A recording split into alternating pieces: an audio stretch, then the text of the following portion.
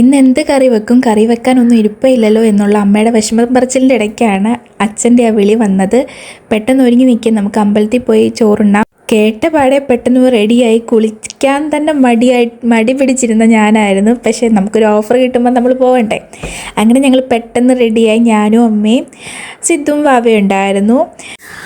ആദ്യമേ തന്നെ തൊഴുതിട്ട് പെട്ടെന്ന് തന്നെ പോയി ക്യൂ നിന്നപ്പോഴെന്താ അത്യാവശ്യം വലിയൊരു ക്യൂ തന്നെ ആയിരുന്നു.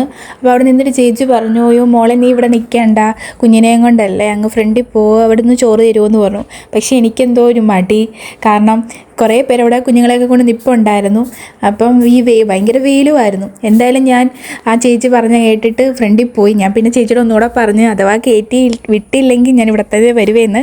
ദൈവം സഹായിച്ചെന്തായാലും വണ്ടി ഇട്ടിട്ട് പെട്ടെന്ന് തന്നെ വന്നു. ഞങ്ങളെ കൂടെ മേടിച്ചൊന്നു. അടിപൊളി സദ്യയായിരുന്നു. അങ്ങനെ പ്രതീക്ഷിക്കാതാണ് അച്ഛൻ ഇങ്ങോട്ട് വിളിച്ച് പറഞ്ഞത്. അങ്ങനെ എന്തായാലും അമ്പലത്തിൽ പോയി കഴിക്കാൻ പറ്റി. അപ്പം എല്ലാവർക്കും സന്തോഷം.